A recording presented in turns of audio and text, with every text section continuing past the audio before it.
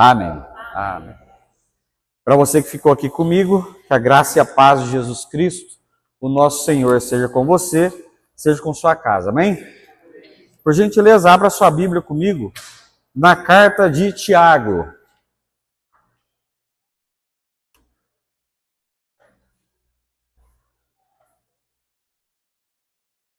Enquanto você abre, estou de olho em você que está torcendo para o Novo Horizontino só por causa do nome da nossa igreja, tá?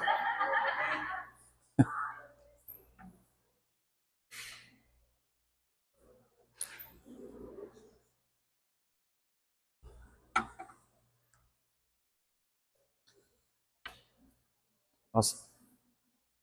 Tiago, capítulo 1, nós vamos ler dos versículos 22 até o final do capítulo, versículo 27. Tiago 1, de 22 a 27.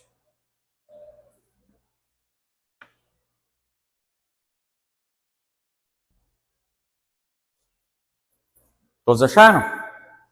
Diz o seguinte, vou ter que trocar aqui, acho que acabou a bateria.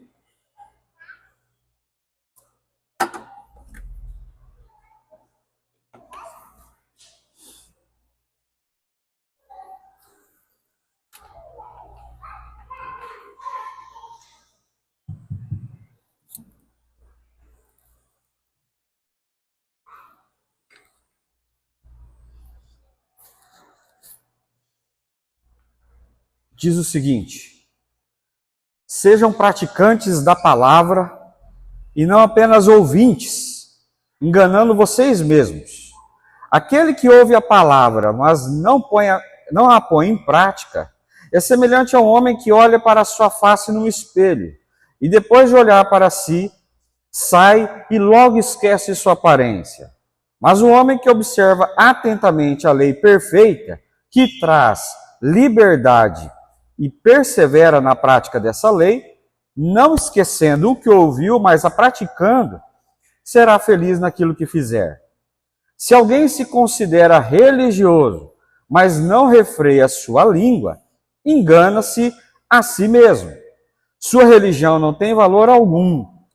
A religião que Deus, nosso Pai, aceita como pura e imaculada é essa: cuidar dos órfãos e das viúvas em suas dificuldades e não se deixar corromper pelo mundo.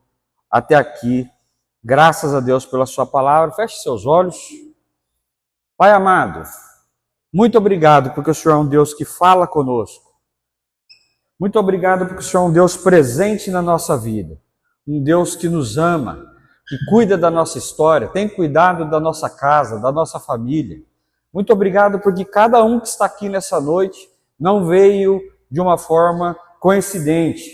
Foi o Senhor quem trouxe pelo seu Espírito Santo para que nós possamos ouvir a Tua palavra e ser transformados por ela. Nós cremos nisso e te pedimos o nome de Jesus. Amém. Amém. Desde cedo o cristão, todos os cristãos, eles fizeram algumas perguntas para si mesmo ou para outros. Como, por exemplo, o que é a salvação? Eu tenho certeza que todo cristão, em determinado momento da sua vida, se perguntou o que é a salvação e como ser salvo. E existem algumas respostas, algumas possíveis respostas para essas perguntas. Algumas dessas respostas coincidem, ela faz parte da mesma coletânea de ideias. Já outras respostas, elas trazem ideias complementares e por vezes dá a impressão de que são ideias até mesmo opostas. E é verdade que ideias opostas acontecem no meio cristão. Até porque nós temos várias denominações e dependendo para quem você pergunta o que é a salvação e como ser salvo, você vai ter respostas diferentes. Como, por exemplo, nós, reformados, calvinistas, temos em nossa formação de ideia que a salvação vem de Cristo e é Ele quem nos encontra. Não é nós que encontramos com Ele. Ele vem até nós e nos resgata. então vem dele a salvação.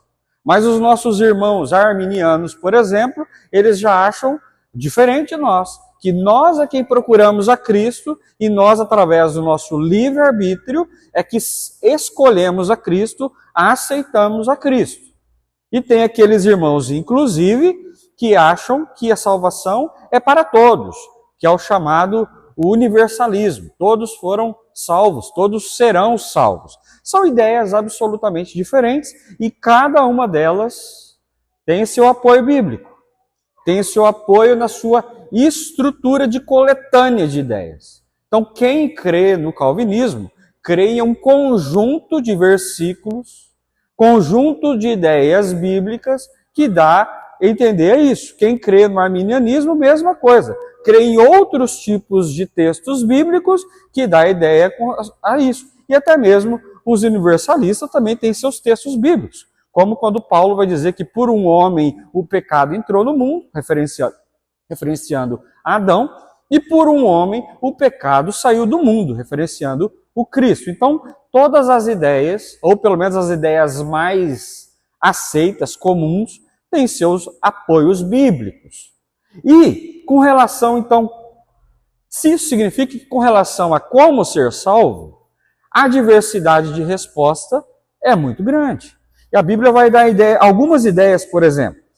O ladrão da cruz, em Lucas capítulo 23, vai simplesmente olhar para Jesus e pedir para ele, lembra-te de mim, e mais nada. Não teve batismo, não teve aceitação, não teve ceia, não teve dízimo, não teve nada. Só apenas, lembra-te de mim, quando entrar no paraíso. E a resposta do Senhor Jesus, você conhece bem, é, ainda hoje estará comigo no paraíso.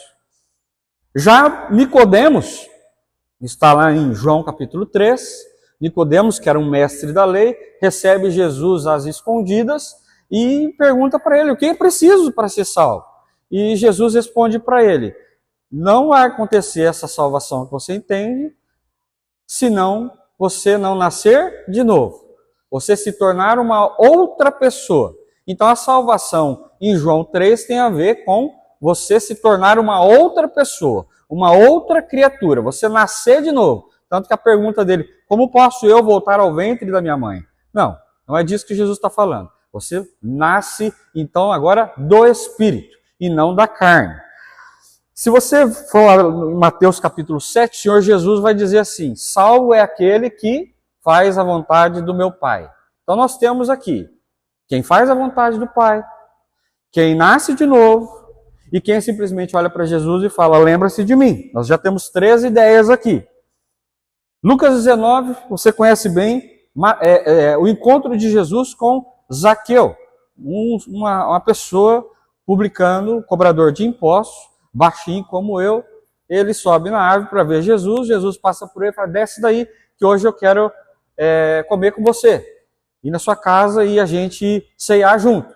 Então Zaqueu vai dizer que ele vai restituir todo aquele que ele eventualmente prejudicou. E o Senhor Jesus então diz que hoje a salvação entrou na sua casa, ou seja, também é salvo aquele que diz que vai mudar. Então nós já temos aqui quem olha para Jesus e pede para se lembrar, aquele que faz a vontade do Pai, aquele que nasce de novo, aquele que muda de vida, aquele que diz que vai mudar de vida. Temos aqui também, para finalizar, um que já é mais polêmico. 1 Pedro 3, 21 vai dizer assim, o batismo que agora vos salva. Você pode ler todos esses textos chegando em casa. Essa primeira carta do apóstolo Pedro, capítulo 3, verso 21, vai dizer, o batismo que agora vos salva. Então, também entrou em alguns textos bíblicos aqui a relação do batismo. Então, nós temos um acervo imenso de diversidade a respeito da ideia da salvação. Então, é o que eu digo, o que eu sou, o que eu faço, o que eu digo que vou fazer, o que eu creio, o que eu confesso e o que eu permaneço. Então, tem tudo isso como diversidade de ideias a respeito da salvação. Se é diverso, então, tudo as ideias a respeito da salvação, então, como ser salvo é muito complexo de ser respondido. Mas tem uma pergunta que a gente vê quase nunca a gente escuta a pergunta a respeito da salvação, que é: para que eu sou salvo? A gente faz bem a pergunta: o que é a salvação? E a gente faz bem a pergunta: como ser salvo? E como eu dei alguns exemplos bíblicos aqui, a diversidade é imensa. E as respostas podem ser diversas. Mas eu não escuto a pergunta: para que eu sou salvo? Porque o Senhor Deus, em seu trono de glória, enviou seu único filho para morrer na cruz, para que todo aquele que nele crê não morra para sempre, mas ele tenha a vida eterna. Se a sua pergunta é: para que eu não vá para o inferno, eu vou dizer para você que não é nada disso. Eu conheço poucas pessoas que mudaram pelo medo do inferno. Para te falar bem a verdade, eu não conheço ninguém que mudou de verdade por causa do medo do inferno. Você sabe por quê? Porque o medo ele não é suficiente. Quando você está de frente com esse medo por muito tempo, vai chegar um dia que você vai perder esse medo. Então, ir para o inferno ou ir para o céu não é a resposta da pergunta: para que eu sou salvo? E a pergunta: para que eu sou salvo? Ela é muito importante. E eu vou te dizer uma coisa: ela é mais importante do que o significa salvação, e ela é mais importante de como ser salvo. Porque se você se ligar em como ser salvo, você vai ficar louco. Porque cada irmão vai te dizer uma coisa e vai abrir a Bíblia e vai te mostrar. E quando a pessoa abre a Bíblia e te mostra, você vai ter que dar um jeito de acreditar naquilo, irmão. Agora, para que o Senhor Jesus estabeleceu a salvação na sua igreja? Qual é o motivo da salvação? Para que eu fui salvo e para que o Senhor Deus derramou o sangue de seu único filho para me libertar da morte, para me libertar do pecado. Essa é a pergunta que a igreja não faz e essa é a pergunta que no fim das contas importa. No fim das contas, o que importa é isso. E é disso que nós vamos falar hoje. Salvação. Para quê? Para que eu sou salvo? E aí a carta de Tiago é uma carta muito interessante nesse sentido. E ela é tão interessante que ela confronta, dependendo do seu ponto de vista, e no ponto de vista de Martinho Lutero é exatamente isso, ela confronta ideias do apóstolo Paulo a respeito da salvação. Porque o apóstolo Paulo vai dizer: vocês são salvos pela graça, mediante a fé em Cristo. Isso não vem de vocês, é dom de Deus. Vocês são salvos por conta de Cristo, pela fé, é de graça e não depende de vocês. E aí Tiago vem e vai dizer assim: ó, a fé que vocês dizem que tem, a salvação que vocês falam que tem mediante a fé, não serve de nada, senão pelas obras. Então Martinho Lutero chamou a carta, a epístola de Tiago, de epístola de palha. Porque palha é aquilo que dissolve rapidamente, vai embora rapidamente, ou que pega fogo facilmente e some. Martinho Lutero propôs remover a carta de Tiago daquilo que faz parte da coletânea bíblica. E glória a Deus, as ideias dele não foram suficientes para remover. Mas não, ele não estava correto em que a carta de Tiago ela é controversa com as ideias de Paulo. Não é isso. Paulo tem o compromisso de dizer assim, ó, vocês precisam entender que não é o esforço de vocês que vai levar vocês para o céu. Mas vocês precisam se arrepender. Paulo traz essa dinâmica e essa sistemática de forma muito clara. E Paulo vai chegar a dizer, em Efésios capítulo 4, que nós somos salvos pela graça mediante a fé para executar as boas obras preparadas por Deus antes da fundação do mundo. Então Paulo não estava enganado com relação a isso. Paulo ele vai dizer, vocês são salvos pela graça, não vem de vocês, mas eu vou falar uma coisa para vocês. O motivo da salvação de vocês não é vocês ir morar no céu e viver junto com os anjinhos. Ele vai dizer, o motivo ao qual vocês foram salvos é as boas obras. As mesmas boas obras que o apóstolo Tiago está falando. Essas boas obras é o carimbo da salvação de vocês. Vocês precisam crer que a salvação de vocês tem um foco, tem um rumo. E esse rumo é estabelecido por Deus, o vosso Pai que está no céu, antes mesmo da criação do mundo. Antes do mundo existir, antes da existência existir, as boas obras já habitavam o coração de Deus, já que Paulo está falando em Efésios 4. Já habitava o coração de Deus. Boas obras, viver de acordo com a bondade, viver de acordo com a mudança do ambiente que você se encontra para melhor, faz parte da ideia de Deus a respeito da salvação, você entende? Viver a vida na perspectiva da salvação, se perguntando para que isso serve na minha vida, é viver buscando fazer parte da comunidade onde eu estou inserido, transformando ela em bondade, em misericórdia e em amor. E esse é o motivo da minha salvação, irmão. Esse é o motivo da sua salvação, e o apóstolo Paulo falou. E depois o Tiago vai lá e complementa. A fé de vocês, a fé que demonstra a salvação de vocês, o carimbo da salvação de vocês, ela é morta. E por que a fé de vocês é morta? Porque vocês não desenvolvem a salvação de vocês.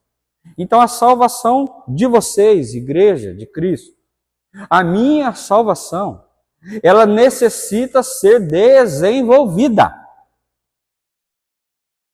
Ela necessita ser aplicada. Ela precisa necessariamente fazer sentido na minha vida, mas principalmente na vida do meu irmão. É o que o apóstolo Tiago está falando. E essa carta ela é muito complexa, ela é escrita por Tiago, irmão de Jesus, só que os estudiosos teólogos, e até mesmo sociais, eles falam que a ideia da carta é de Tiago, mas a escrita não é. E por que eles explicam isso? O nome disso é pseudepigrafia. Precisei anotar porque é um nome difícil. Pseudepigrafia. O que é pseudepigrafia? Significa que alguém escreve as minhas ideias, mas não necessariamente eu escrevi. Então a carta é minha. Ela é uma pseudo-carta minha. Mas não foi eu que coloquei ela no papel. Provavelmente um discípulo de Tiago, que é um dos pais da igreja, depois de Cristo, ele, que é um apóstolo para Jerusalém, ele ficava em Jerusalém, apóstolo para Israel, por isso que ele inicia o capítulo 1 dizendo, apóstolo de Cristo Jesus para as 12 tribos, ou seja, está falando de Israel, ok? Então quem escreve possivelmente não é ele, e o motivo é que a escrita, o texto hebraico escrito, é o texto hebraico mais sofisticado do Novo Testamento. E Tiago, ele não era sofisticado em hebraico. Ele falava aramaico, a língua raiz dele é aramaico. Normalmente, quem fala aramaico também tem conhecimento de hebraico, mas não no nível que foi escrito a carta de Tiago. Então, a escrita, o texto, é muito sofisticado para ser ele. Então, possivelmente, foi algum discípulo dele, alguém que desenvolveu a escrita de uma forma mais sofisticada. Então, por isso, os estudiosos falam, não foi ele que escreveu, mas a cabeça é a dele, amém? Você precisa entender isso daí. E Tiago também é conhecido como os provérbios do Novo Testamento.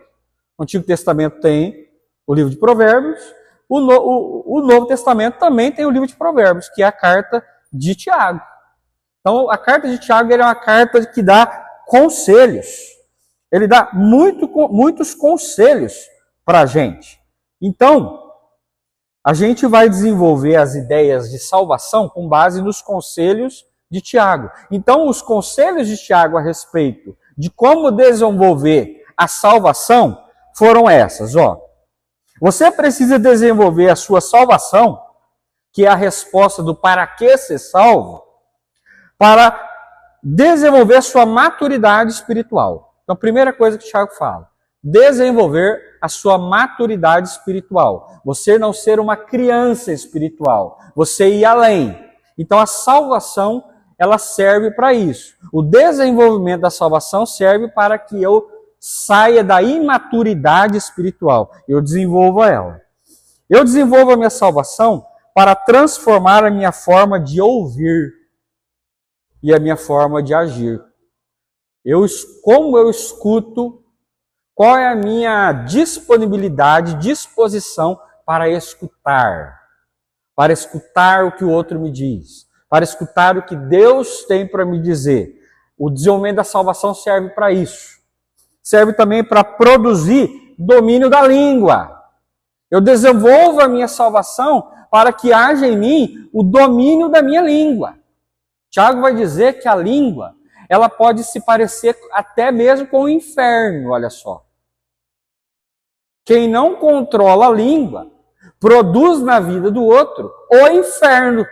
Tiago está dizendo. Então eu desenvolvo a minha salvação, eu sou salvo para que a minha língua seja controlada e a vida do meu irmão não vire um inferno. Eu também sou salvo, o motivo de desenvolver a minha salvação era para cuidar das pessoas vulneráveis. Eu sou salvo para cuidar dos vulneráveis, Tiago está dizendo. Eu sou salvo para eliminar de perto de mim o favoritismo, de ter favoritos, de preferir fulano ao invés de ciclano. Então, quando eu conheço alguém cristão que existe entre eles os seus favoritismos, como, por exemplo, uma área VIP numa igreja evangélica, isso não demonstra que a salvação ocupa aquele ambiente. A salvação não ocupa um ambiente onde há favoritismo, em especial favoritismo econômico, ok? Tiago está dizendo tudo isso nos seus provérbios, na sua forma de explicar a salvação, ok? Salvação produz obras concretas. Salvação produz sabedoria verdadeira. Tiago é aquele que fala que você pode e que você até mesmo deve pedir ao Senhor sabedoria. E é por isso, inclusive, que ele é comparado com o autor dos Provérbios, o rei Salomão, que quando o Senhor Deus se manifestou para ele, quando ele assumiu o reinado, perguntou para ele, o que você quer de mim? E ele respondeu, sabedoria para conduzir o teu povo. E ele recebeu sabedoria e várias coisas a mais, como casamentos, a irmã disse mulheres aqui, casamentos, dinheiro.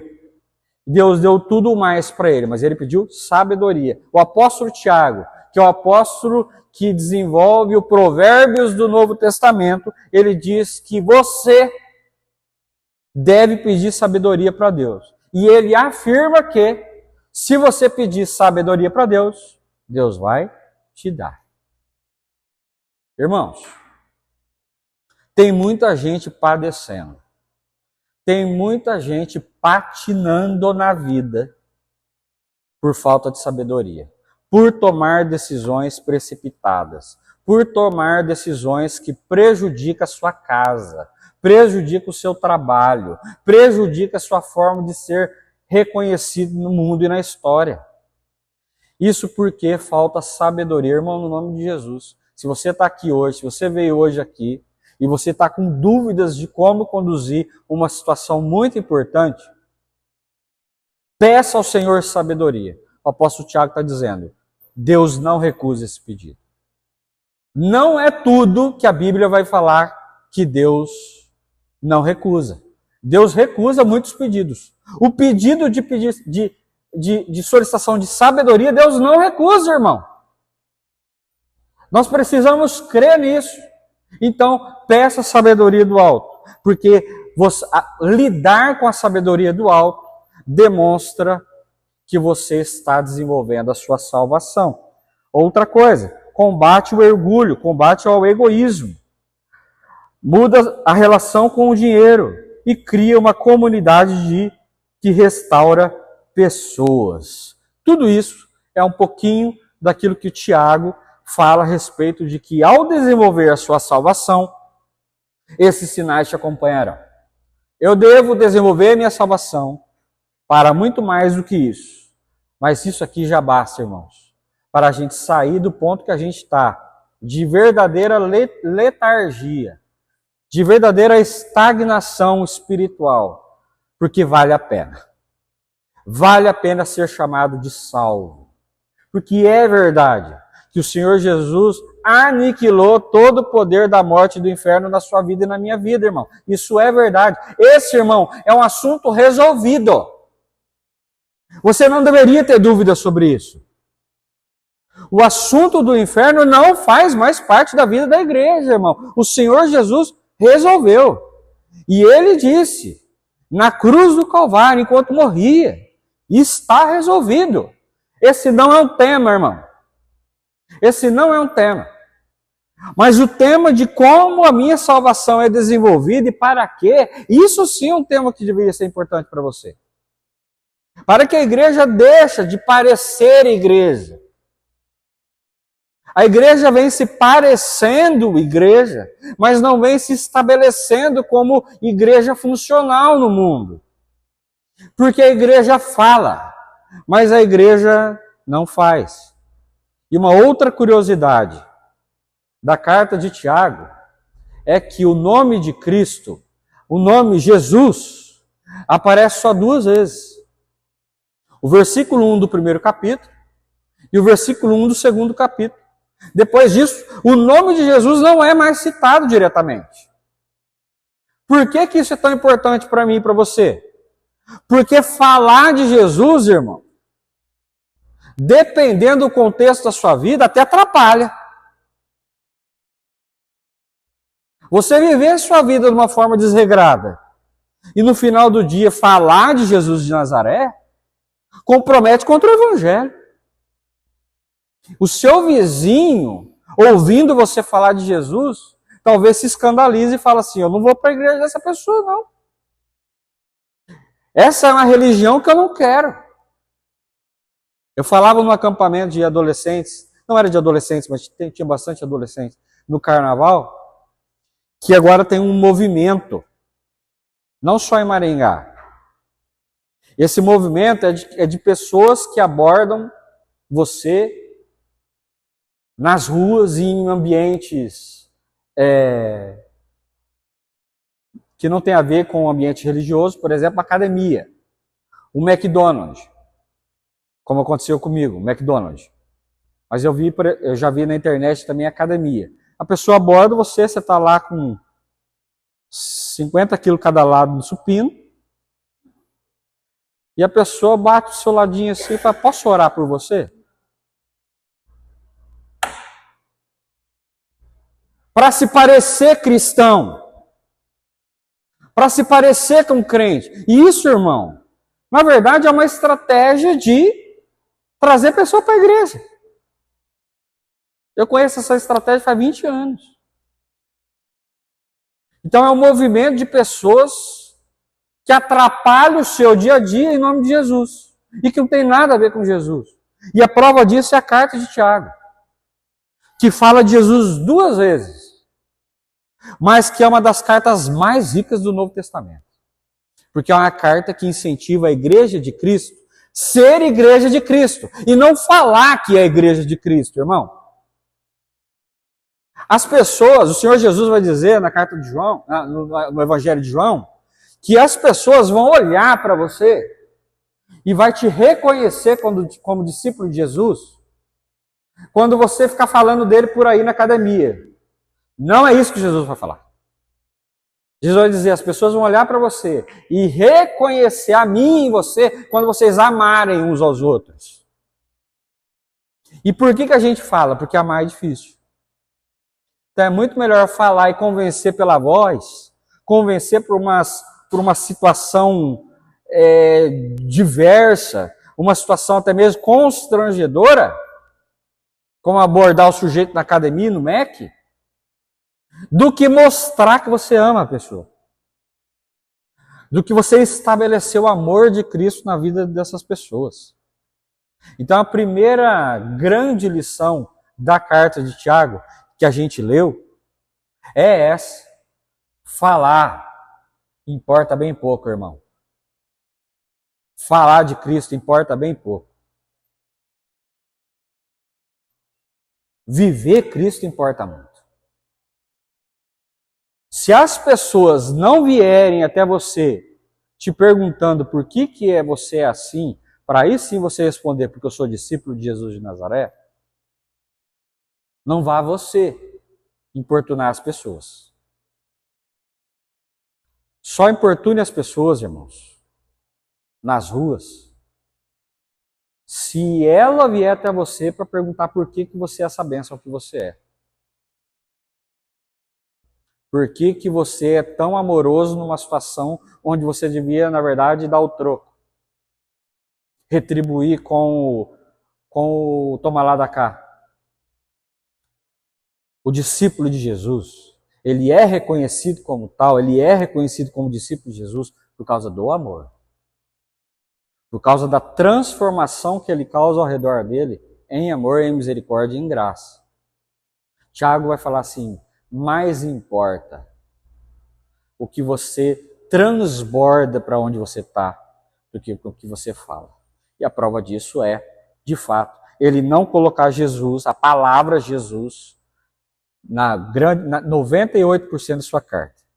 E para a gente terminar, confessar a salvação é assumir compromisso com a verdade praticada. Confessar a salvação é assumir compromisso com a verdade praticada, mas também é assumir uma missão de amor prático. Então, como é que eu confesso a minha salvação de verdade? Com um compromisso com a verdade praticada, que tem a ver com o amor prático, com a missão do amor prático.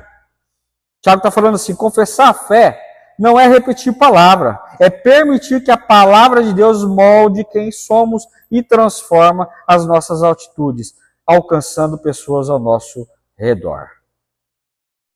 Tiago vai dizer assim, irmãos, vocês estão desenvolvendo uma religião. Cristãos, 12 tribos, vocês que entenderam que Jesus Cristo é Deus, morreu para nos salvar, vocês estão criando uma religião. E é a pior coisa que vocês podem fazer. A religião de vocês é inútil, o texto que nós lemos diz. Ela é inútil.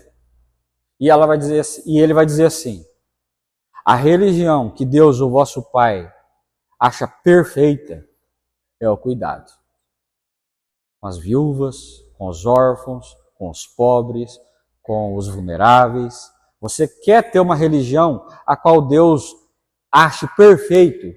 Porque é verdade que não existe uma religião perfeita. A religião estabelecida no que chamamos de cristianismo, que tem muito mais a ver com o Império Romano do que com o Cristo, ela não é perfeita, ela tem um monte de problema. A igreja evangélica no Brasil, ela tem um monte de problema. Então, como viver uma religião fechando os olhos para a sua imperfeição? Que é o que muita gente não consegue fazer e sai da igreja. E eu vou falar aqui para vocês, eu não julgo essas pessoas. Porque as igrejas, elas pararam de desenvolver a função de igreja. Então, como uma igreja que não é perfeita, e em toda a história bíblica, o Senhor Jesus vai deixar claro que o que faz a igreja perfeita é Ele. O que faz a noiva perfeita é o noivo. É o noivo que ela tem, que é o próprio Cristo. Então, como fazer parte de uma religião imperfeita como a nossa? entendendo que a verdadeira religião não tem a ver com a placa que essa igreja chama. Que a verdadeira religião é o amor. E quando eu entendo que a verdadeira religião é o amor, muita resistência vai acontecer na minha vida. A ponto das pessoas quererem chamar essas ideias doidas de que o amor é o que importa, de palha. Como foi o caso de Martim de Lutero. É tão resistente a ideia que a religião que importa não é o evangelicalismo, não é o catolicismo, não é o budismo, não é o candomblé, não é a umbanda. É tão resistente essa ideia, irmão, que no final das contas é melhor tirar da Bíblia. Como vocês viram que foram tentados. A resistência é muito alta ao amor, irmão. Irmã, a resistência de viver uma vida diante do amor, do cuidado, da transformação social é muito alta, irmão. É muito alta. Esses dias um pastor da mesma linha escatológica que nós, mesma linha teológica que nós, falou que a gente viver a vida dando comida para o pobre é produção de vagabundo.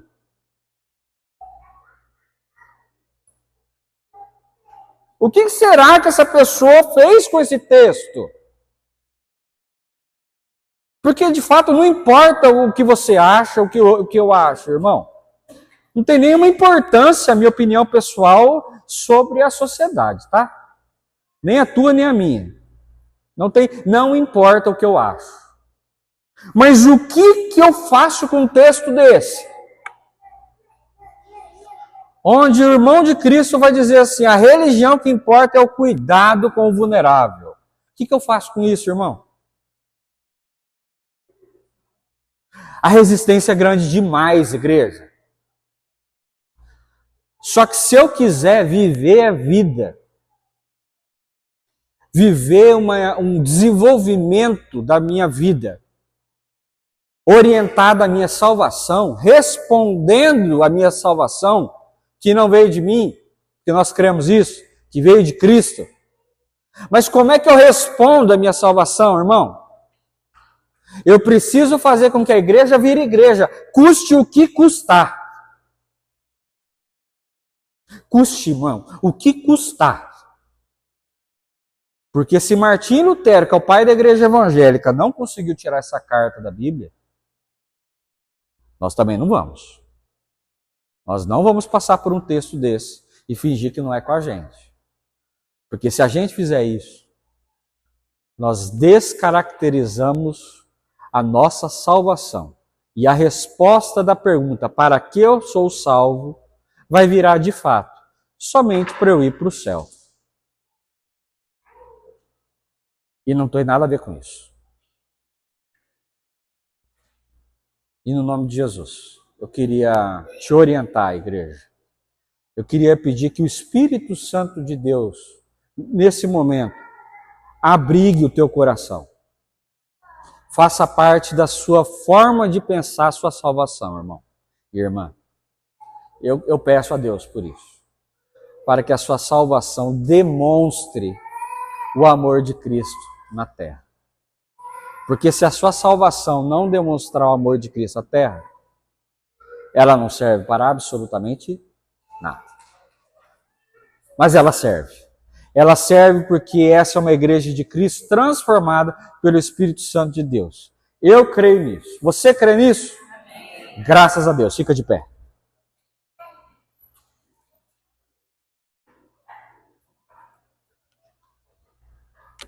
Pai amado, no nome de Jesus. No nome de Jesus eu te peço. Desenvolva a nossa salvação. Desenvolva o nosso jeito de olhar para a vida segundo o reino estabelecido aqui na terra em Cristo Jesus. No nome de Jesus, que a nossa vida, que as nossas atitudes, que a nossa história responda à pergunta de para que somos salvos, Pai. No nome de Jesus, não permita que nós saiamos daqui hoje letárgicos, amarrados mentalmente, com a mentalidade de salvos, porque nós vamos morar com o Senhor no céu um dia. Porque apesar disso mudar a nossa história, porque em Ti nós temos vida e vida eterna, e a morte não faz parte mais da nossa vida, porque somos reconciliados em Deus com Cristo Jesus. Isso mudou a nossa história. Isso fez com que nós nos tornássemos servos Seus. Pai, agora nós queremos viver demonstrando isso. Nós queremos demonstrar nossa salvação no lugar onde o Senhor colocou nós. Então nós te pedimos, Pai, dá sim sabedoria ao teu servo que está pedindo nesse momento. Dá sim sabedoria à tua serva que está te pedindo nesse momento, Senhor. Para que a gente consiga viver as dificuldades e os desafios dos nossos dias do jeito que o Senhor quer que nós desenvolvamos. Mas no nome de Jesus, não permita que ninguém saia daqui sem uma consciência plena do motivo ao qual a nossa salvação foi estabelecida no nosso coração. Que nós possamos, no nome de Jesus, demonstrar a face de Cristo na terra. Demonstrar a Deus. Demonstrar o amor de Deus na nossa história, na nossa forma de viver a vida. Cuidando, amando, eliminando de nós todo favoritismo, eliminando de nós toda língua perversa, eliminando de nós todo orgulho, eliminando de nós toda ausência de perdão, eliminando de nós a dificuldade com o manejo financeiro. Pai, no nome de Jesus, estabeleça na sua igreja a glória completa que existe através da salvação em Cristo Jesus, para que nós possamos ser plenos em Cristo Jesus, vivos e também abundantes, e que as pessoas, ao olhar para cada um de nós, reconheçam a pessoa de Jesus de Nazaré. E é o que nós pedimos no nome de Jesus. Amém. Amém. Vamos cantar essa música?